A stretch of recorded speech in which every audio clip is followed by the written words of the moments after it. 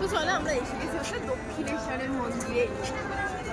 হ্যাঁ, সেদিন হঠাৎই চলে গেছিলাম হচ্ছে দক্ষিণেশ্বরের মন্দিরে। তারপরে ওখান থেকেই ভোগ প্রসাদ গ্রহণ করতে চলে গেলাম হচ্ছে আদ্যাপীঠের মন্দিরে। আর যারা দক্ষিণেশ্বরের মন্দিরে গেছো তারা অবশ্যই আদ্যাপীঠের মন্দিরেও গেছো নিশ্চয়ই। আর সেখানে যে ভোগ প্রসাদগুলো তার মধ্যে অন্যতম বা প্রথমত হলো হচ্ছে পোলাও আর হচ্ছে কুমড়ি। আর এই কুমড়ি মাঝের মধ্যে তোমার পাতে দুটোও পড়ে যেতে পারে, যেমন আমার শাশুড়ি মার পাতে দুটো পড়ে গেছিল।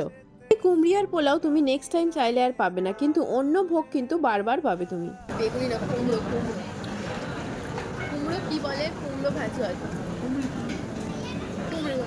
তারপরে পোলাও আর কুমড়ি খাওয়ার পর পড়ে গেল সাদা ভাত আর হচ্ছে পনির আর ছোলা, সাথে আরও দিয়েছিল সেটা হচ্ছে আলুর তরকারি।